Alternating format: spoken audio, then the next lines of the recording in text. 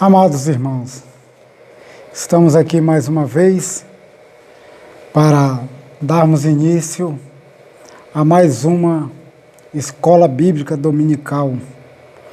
Estamos na 7ª lição, que tem por título Cristo é a nossa reconciliação com Deus.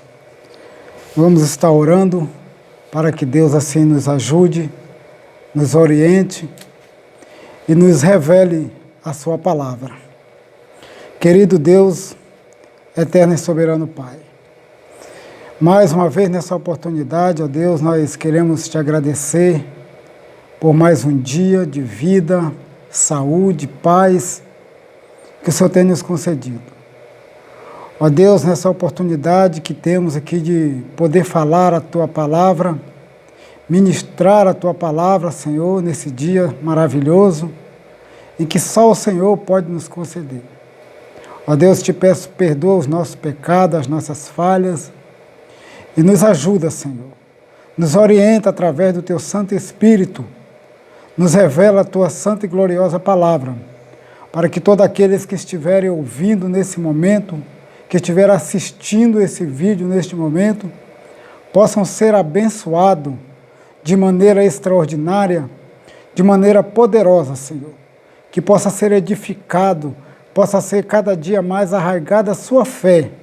Que não seja, ó Deus, ó Pai querido, um dia em que muitos poderão dizer, ó Deus, eu não tive prazer, mas que ao ouvir a sua palavra, possa se sentir feliz, possa se sentir alegre, satisfeito e prazeroso em cada dia poder participar dessa escola bíblica dominical, que Deus assim tem nos concedido e que o Senhor assim possa nos abençoar a partir deste momento, em nome de Jesus.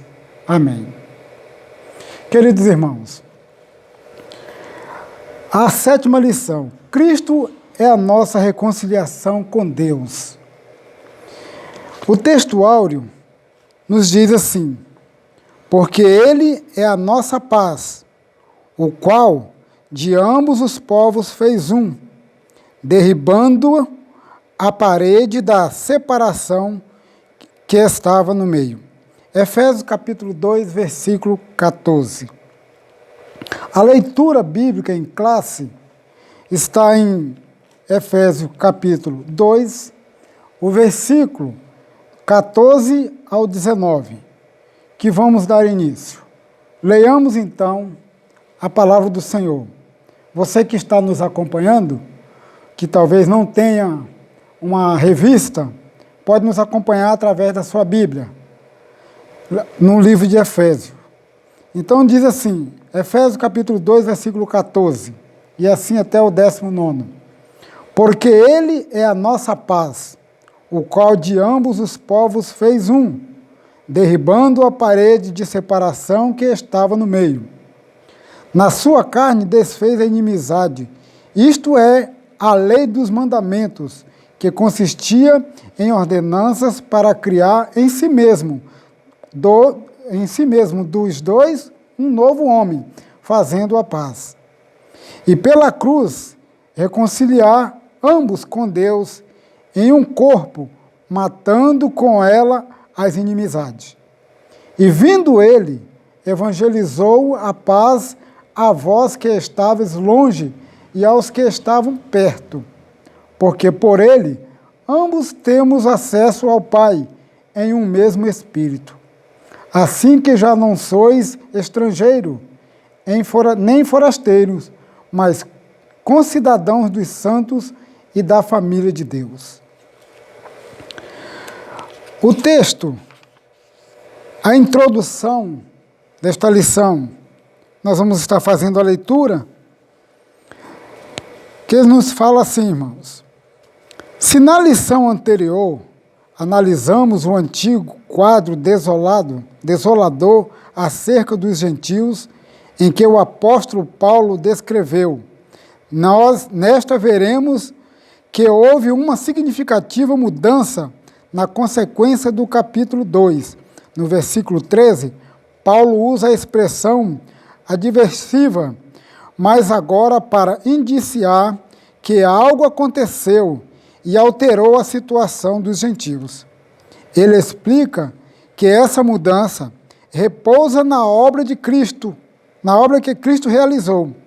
Vós que antes estavas longe, já pelo sangue de Cristo chegaste perto. Na presente lição, estudaremos os desdobramentos dessa lição. Irmãos, o primeiro tópico da lição, ele traz aqui: Cristo desfez a inimizade entre os homens. Segundo, pela paz, Cristo fez um novo homem.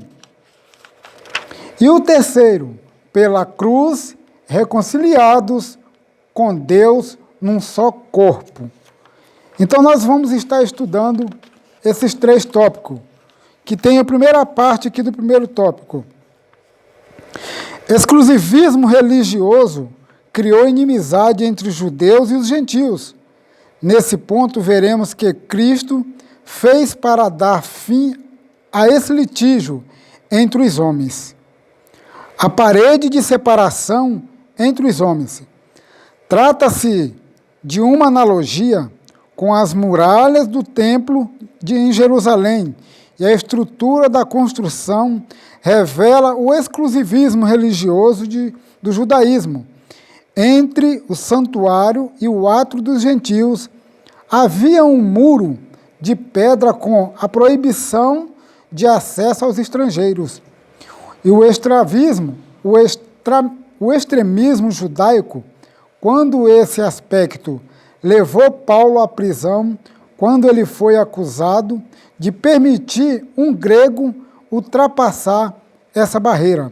Está lá em Atos, capítulo 2, versículo 28 e 30. Irmãos, quando nós falamos, a revista nos traz aqui até uma alegoria aqui, trazendo como exemplo as muralhas de Jerusalém, que separava os povos. Antes, nós, considerados gentios, também éramos separados, porque até então o povo escolhido por Deus, a nação escolhida por Deus, era Israel.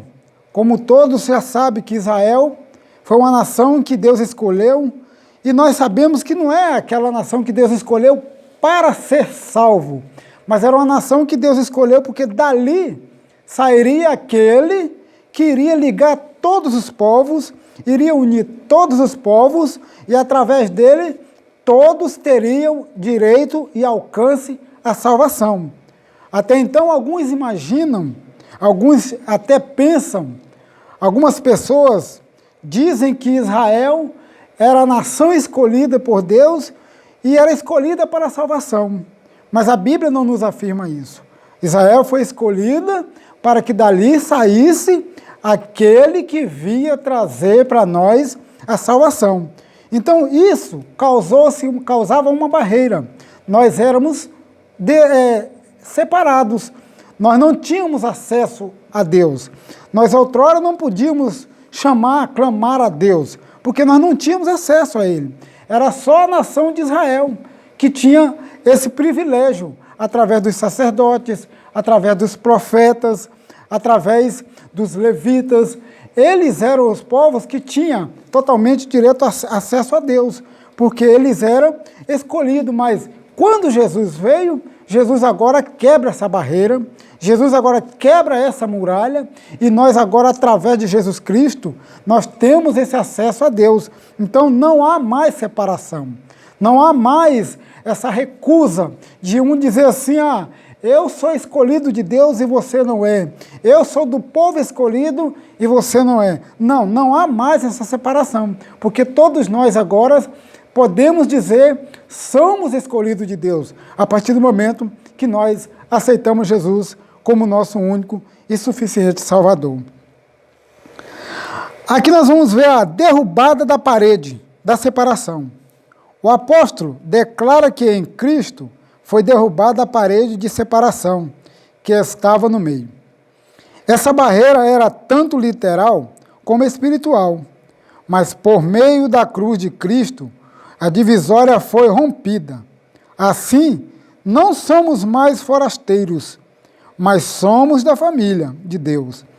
Temos acesso à presença do Pai e, pelo sangue de Jesus, temos livre entrada no santuário de Deus. Hebreus capítulo 10, no versículo 19, você pode estar fazendo esse acompanhamento aí da sua casa. Aquilo que falávamos antes. Cristo quebrou as barreiras. E através do sangue de Jesus, porque a Bíblia diz que todo aquele que é chamado de Deus e que aceita esse chamado e que recebe esse chamado como um escolhido de Deus, ele agora também faz parte desse povo, faz parte desse povo que é agora que vai alcançar os céus. Não há separação entre os judeus, nem grego e nem gentios. Todos agora é um só povo. Como a Bíblia diz assim, irmãos, que por um homem entrou o pecado no mundo, mas a Bíblia diz também que por um homem entrou a salvação, a graça, através da graça, por um homem também veio a salvação, e assim quebra todas essas barreiras. O conceito da lei dos mandamentos. A compreensão desse conceito repousa a visão tripartida da lei mosaica, a moral, a cerimonial e a civil, que na verdade são três esferas da mesma lei. A lei civil diz a respeito aos israelitas como cidadão. A lei moral permanece em vigor como padrão de conduta, mas não como meio de salvação. A lei cerimonial é citada como sendo circuncisão, sacrifício, comida e bebida, dias de festa, lua nova e sábado. Esses ritos identificavam a posição do povo judeu diante de Deus e demonstravam a hostilidade deles para com os gentios. Meus amados, me chama a atenção a questão da lei. A lei civil, na verdade, são o quê? Três esferas, mas a mesma lei. A lei civil, a lei moral e a lei cerimonial. Todas essas três leis, embora se destacam, dizem que era do povo de Israel, mas ela permanece também para nós. Por que permanece para nós? A lei civil, a Bíblia diz que todo homem que não conseguir viver sem mulher, ele tem que se casar, para que ele não vive abrasado, e a Bíblia diz que é melhor se casar do que se abrasar, porque se abrasar está no pecado. Essa é a lei civil. A lei civil para nós é o quê? Todo estado civil do homem diz o quê? Se ele é casado ou ele é solteiro. Mas o homem de Deus, o servo de Deus, que quer estar engajado na obra do Senhor, e ele vê que ele não consegue viver só, como que ele tem que fazer? Ele tem que estar dentro dessa lei civil. Ele tem que se casar, né? Então essa lei, ela continua valendo para todo ser humano. Não é só para os israelitas, mas é para todo aquele que observa a palavra de Deus. A lei moral, como cristão, como homem, como ser humano, todo ser humano tem que ter uma moral. Todo ser humano tem que ter uma característica. Todo homem tem que ter as suas características distinguidas, um diferente do outro, mas não deixa de existir as características. Não deixa de existir dentro do ser humano aquilo que se diz a lei moral. O que é a lei moral para nós? A lei moral, ela nos diz, vem falar para nós a nossa ética como ser humano, a nossa ética como cristão, como eu devo me portar diante da lei moral como cristão. Eu tenho uma ética cristã a seguir. Eu tenho uma ética moral a seguir. Então, se eu saio fora dessa ética, se eu saio fora dessa moral, eu estou também em desacordo com essa lei moral. Então, isso não é simplesmente porque eu sou crente, não é simplesmente porque você é cristão, mas para todo ser humano tem que ter essa ética de ser humano, essa ética de cidadão, uma ética em que nos faz bem. e não nos prejudica. Mas quando nós saímos fora da ética, nós estamos praticando aquilo que a Bíblia diz, que quando nós não praticamos o certo e fazemos o errado, nós estamos praticando o pecado. E agora vamos à lei cerimonial. Por que também nós estamos engajados dentro dessa lei cerimonial? Cerimonial quer dizer o quê? Cerimônia. Qual é a minha cerimônia de culto a Deus? Qual é a sua cerimônia de culto ao Senhor? A nossa cerimônia de cultuar a Deus, ela não é diferente de nenhum outro, pois todos nós nascemos para ser adoradores de Deus, nascemos para cultuar a Deus. Agora, a maneira como nós cultuamos, como muitos cultuavam a Deus, ou cultuam, isso aí Deus julga. Por quê? Ele sabe qual é a forma certa. Aquela mulher, quando Jesus encontrou ela na beira do poço, ela perguntou: Senhor, uns dizem que nós devemos adorar no monte, outros dizem que nós devemos adorar em Jerusalém, outros dizem que devemos adorar em Israel, e assim sucessivamente. E ela ficou em dúvida: aonde que eu vou adorar a Deus? Pois ela era samaritana. Aonde que eu vou adorar a Deus? Estou longe do monte, não estou em Jerusalém. Então, como é que eu vou adorar a Deus? Ela tinha um desejo de adorar a Deus. Isso fazia parte do quê? Da lei cerimonial.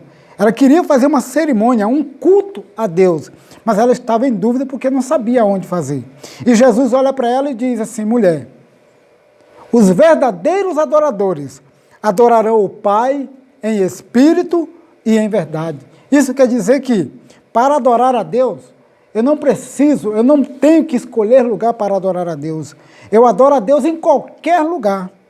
Aonde eu estiver, dentro do ônibus, dentro do meu carro, dentro da minha escola, no meu trabalho, em qualquer lugar que eu estiver, eu posso adorar o meu Deus. E Deus vai receber a minha adoração. Se ela estiver sendo sincera, de coração, Ele vai aceitar e vai receber a minha adoração. Então, meus amados, quando talvez você vai perguntar: então por que eu tenho que ir para a igreja para adorar? Já que eu posso adorar em qualquer lugar, eu não preciso de ir à igreja. Talvez você possa estar pensando dessa forma, ou seu pensamento pode estar te aguçando agora. Então, o irmão está dizendo que eu posso adorar a Deus em qualquer lugar. Então eu não vou mais à igreja, porque a igreja é simplesmente um lugar em que se reúne para adorar a Deus. Irmãos, preste muito bem atenção. Quando Jesus ele mandou que fizesse, está relatado que Deus sempre gosta que faça a casa dele para que seu povo adore. Não é que a casa de Deus, a igreja, é o único lugar exclusivo para nós adorarmos a Deus, não. Mas aqui é um lugar onde nós nos reunimos, os irmãos se reúnem e ali se juntam para adorar a Deus. É um momento, é um lugar onde eu posso encontrar o meu irmão, onde você pode encontrar o seu irmão, onde nós podemos nos reunir para adorar a Deus. Mas isso não quer dizer que esse é o único e exclusivo lugar de adorar a Deus, não. Não é o único. A minha casa também é um canto de adoração. O meu lar é um canto de adoração. Então eu posso adorar a Deus em qualquer lugar. Mas por que eu venho à igreja? Porque aqui é o lugar onde eu me reúno, é o lugar onde eu me abrigo, é o lugar onde eu posso abraçar o meu irmão, onde eu posso ouvir a palavra de Deus, porque existe um pastor que nos direciona, existe um pastor que nos orienta, existe um pastor que nos guia através da palavra de Deus. Então é para isso que existe a igreja, para que nós nos reunimos e ali nós nos juntamos para adorar o Senhor. Vamos para o próximo ponto. Pela paz, Cristo fez um novo homem.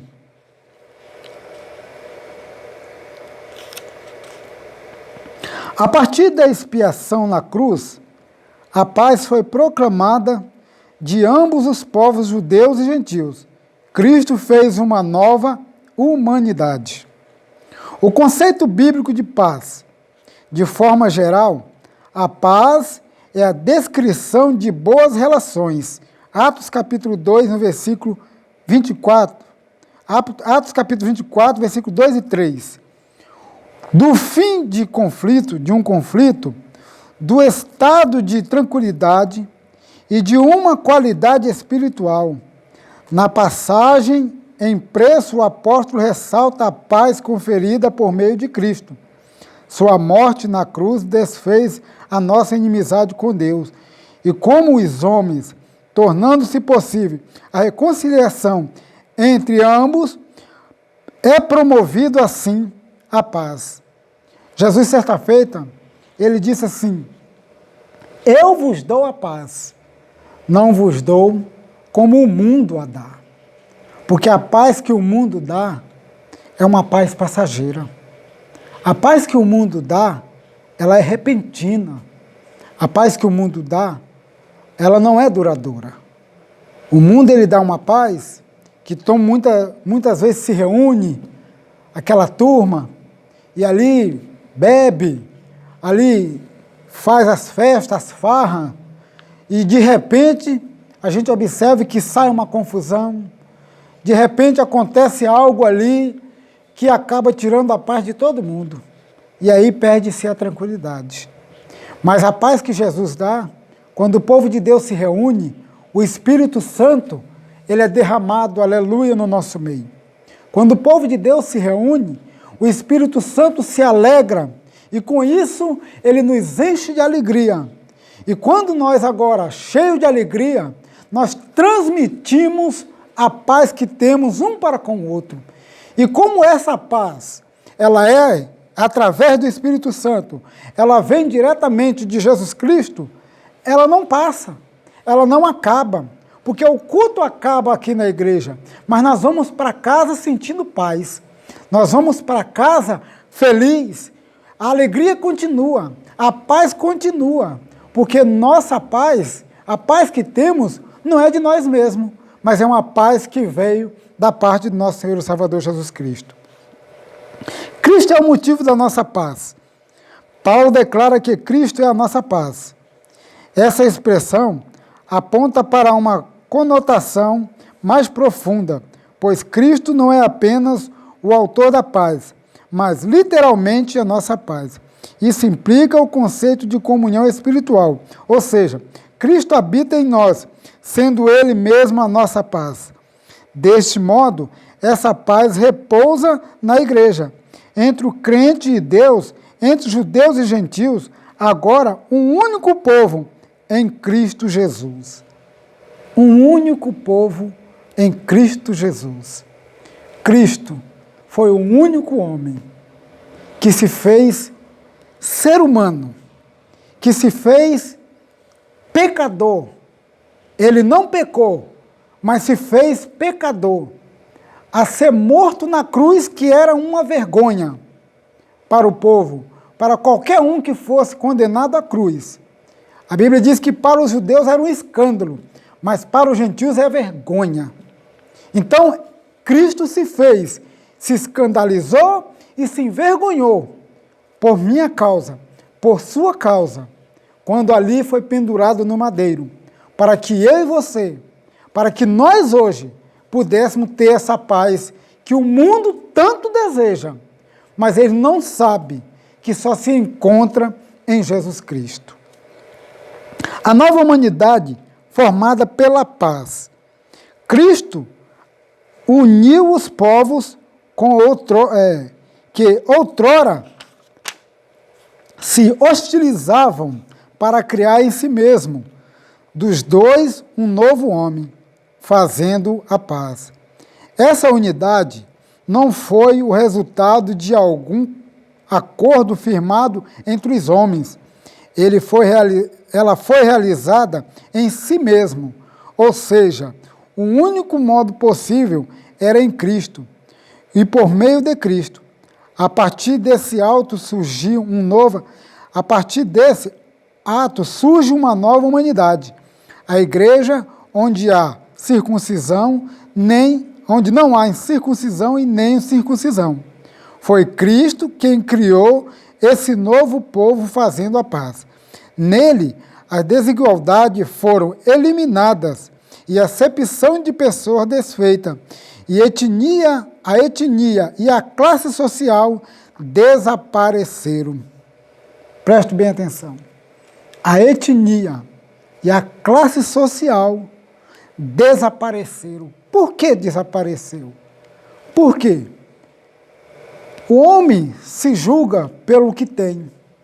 O homem se julga poderoso por aquilo que ele possui, seja bens materiais ou seja poder, autoridade. Então ele se julga poderoso. Ele se julga muitas vezes melhor do que o outro, porque ele tem alguma coisa quando o outro não tem nada.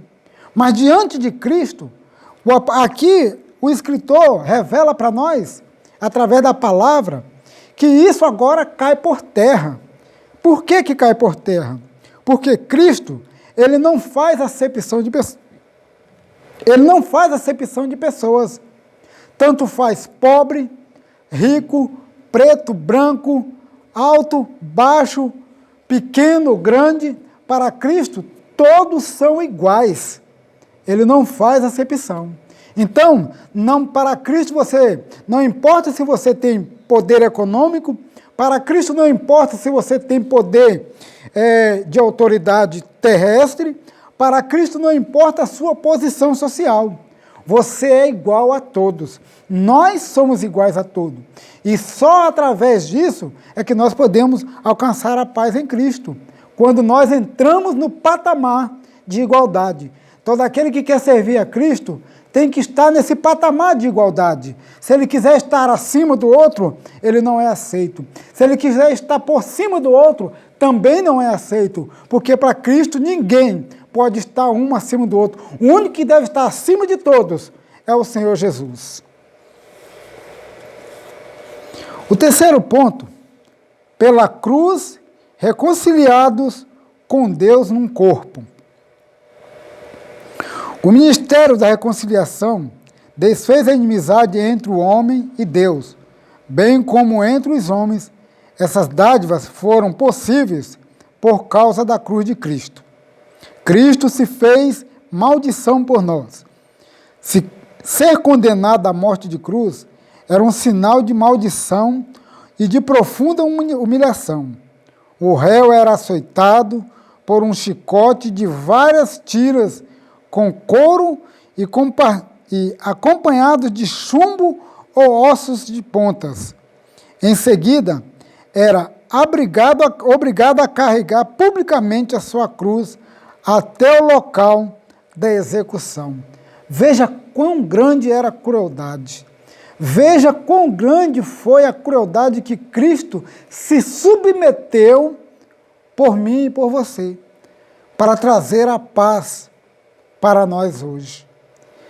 Além de ser chicoteado, além de ser esbofeteado, ele ainda tinha que carregar a cruz até o local onde ele seria pendurado para ser morto. Veja, meus amados, que muitas vezes nós olhamos, quando nós observamos alguém sofrendo, ou até uma injustiça de alguém, de uma pessoa para com outra, nós ficamos muitas vezes por dentro super chateado e por que não dizer irado. Isso não é nada diante do que Cristo passou. E ele sofreu tudo isso para que nós tivéssemos paz. Vamos para o próximo ponto. Reconciliados pela cruz de Cristo. Foi o sacrifício vicário de Cristo na cruz, a sua consequente vitória sobre a morte, que possibilitaram nossa reconciliação com Deus e com os homens. Nessa perspectiva que Cristo é a nossa paz, que pela sua carne um novo homem foi criado, fazendo a paz, em que também evangelizou a paz a vós, proclamando ao mundo as boas novas da cruz. A mensagem da cruz pregou a paz entre Deus e os homens. Isto é o ministério de reconciliação. Reconciliados na cruz, em um corpo, o apóstolo Paulo reforça que o propósito de Cristo foi de reconciliar ambos, judeus e gentios, com Deus, em um corpo. A ênfase aqui recai sobre a inimizade existente na vertical, isto é, entre os homens e Deus. No versículo 14, o destaque era a inimizade horizontal, que dizia entre os judeus e os gentios, de forma que a reconciliação deve ser duplamente compreendida. As duas inimizades foram desfeitas quando Cristo levou o nosso pecado no madeiro. A ira de Deus, que por causa do pecado estava sobre nós, foi cravada na cruz. Veja bem, a Bíblia diz que todos pecaram e destituídos estavam da glória de Deus. Então, olha bem, meus amados. Aqui a leitura diz que a ira de Deus, que era contra nós, por causa do meu, do seu, do nosso pecado, ela foi derramada, toda, despejada em cima de Jesus, quando ele ali pendurado no madeiro, que ele clamava ao Senhor, e ele dizia: Senhor, Pai, se possível for, passa de mim esse cálice. Mas ele diz mais uma palavra. Essa palavra é a palavra-chave. Essa palavra é a palavra que nos traz verdadeiramente a paz. Porque se não fosse isso, eu acho que nós não teríamos jeito. Nós não teríamos salvação. Quando ele diz assim, ó, Pai, se possível for, passa de mim esse cálice. Mas quando ele usa a palavra-chave que ele diz, mas que todavia seja feita a tua vontade. Aleluia! Aleluia! Que todavia seja feito a tua vontade. Quando ele diz essa palavra, meus amados, Cristo, ele é poderoso, ele é o poder. Então, naquele momento, ele tinha poder, ele é poderoso e era poderoso naquele momento, para sair daquela cruz e dizer: não quero mais saber, não vou mais praticar esse ato, não vou terminar essa missão, porque esse povo não merece, esse povo é cruel, esse povo não tem jeito. Não, ele podia fazer tudo isso, porque na verdade nós não merecíamos, nós não tínhamos jeito, na verdade nós somos seres humanos terríveis mesmo, mas ele não olhou para essa condição, ele olhar para baixo e olhar agora os seus discípulos, olhar aqueles soldados todos ali, e ele poder dizer, e ele olhar com olhar de misericórdia e dizer: Pai, eu sei que eu posso dar o fim nesta missão, eu posso não terminar essa missão, eu posso subir daqui agora, sem ser acometido pela morte, mas Pai, eu não vou fazer isso, porque eu estou vendo, aleluia, eu estou vendo a igreja futuramente, eu estou vendo o irmão Alcides, eu estou vendo o pastor Daniel, eu estou vendo o irmão Sansão, eu estou vendo a irmã Maria, eu estou vendo o Antônio, o Pedro, o Bernardo, eu estou vendo que eles não têm condição de alcançar essa paz, eles não terão condição de chegar aos teus pés, Pai, se não for através dessa consumação desse sacrifício. Então ele diz: Pai, que todavia seja feita a tua vontade. Essa foi a palavra-chave. E aí ele entrega o seu corpo, quando ele diz: Pai, recebe o meu espírito. Aleluia!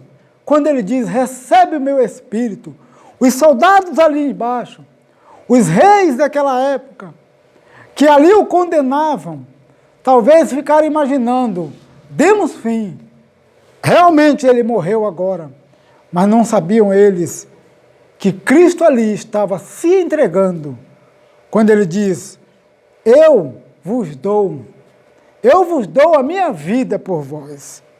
Ele quis dizer o quê? A morte não é capaz, não será capaz de tirar a minha vida, de me consumir, de me sucumbir de uma vez por toda, porque eu sou, aleluia, eu sou o que sou, aleluia, não tem ninguém que possa vencer-me. Então Cristo, ele, apesar de ser o Todo-Poderoso, sendo Todo-Poderoso, agora se colocou no lugar de Alcide, se colocou no lugar de João, se colocou no lugar de Maria, totalmente sem poder nenhum, totalmente sem graça nenhuma. Ele se coloca naquele lugar e se entrega. E aí diz, está consumado. Aleluia. Está consumado. Houve agora uma murmuração. Houve agora uma inquietação. Houve agora uma pergunta. E agora? Ele morreu. E agora? Ele se foi. Ele pregou tanto a paz para nós. E agora o que vamos fazer? Mas aí vem a surpresa. Para muitos que não criam e não acreditavam, quando ao terceiro dia as mulheres vão ao sepulcro e ali contemplam a pedra retirada e o corpo não estava mais ali, aleluia. E aquelas mulheres agora saem saltitante de alegria, saem pregando, ele vive, aleluia, ele vive, ele está vivo, a morte não foi capaz de detoná-los, a morte não foi capaz de destruir. Agora nós podemos dizer, temos paz com Deus. Amém? Que Deus assim, em Cristo Jesus, possa vos abençoar, que você possa entender que a paz que Cristo dá não é uma paz passageira, mas é uma paz permanente. Oremos ao Senhor. Querido Deus eterno Pai, mais uma vez, Senhor, em nome de Jesus Cristo, aquele que verdadeiramente trouxe a paz aos nossos corações, aquele que verdadeiramente é a paz. Ele não dá a paz porque Ele é a paz dentro de nós. Ele habita dentro de nós. E se Ele habita dentro de nós, Ele é a própria paz. Ele é a paz que veio para que nós pudéssemos agora nos alegrar e poder dizer não ao pecado, poder dizer não a Satanás e poder dizer nós agora somos um povo que tem paz, não é uma paz passageira. E que essa paz que nós temos, nós também distribuímos, nós também pregamos, nós também levamos aqueles que estão cativos, aqueles que estão sem esperança, aqueles que estão sem paz, através da nossa pessoa, porque Cristo habita dentro de nós e assim nós podemos levar a paz. Senhor, muito obrigado por este momento. Muito obrigado por essa oportunidade que o Senhor nos deu de trazer aqui, Senhor, essa lição. Ó Deus, Tu sabes que eu não sou nada, eu não sou ninguém, Senhor, mas através de Jesus Cristo, através da paz do Senhor que habita dentro de mim, eu posso dizer, eu sou um pregoeiro da palavra do Senhor, eu posso dizer, eu sou uma atalaia do Senhor, que também possa anunciar a paz, que, ó Deus bendito, que todos aqueles que se aproximarem de mim, possam sentir verdadeiramente a paz de Cristo, a paz do Senhor que permanece em mim e que essa paz possa contagiar aqueles que se aproximarem de mim e que assim você também possa ser um contagiante de paz, levando paz para os desesperados, levando paz para aquele que não tem paz, para aquele que não tem esperança, mas que ele possa receber a paz através da sua pessoa também. Assim eu agradeço em nome de Jesus. Amém.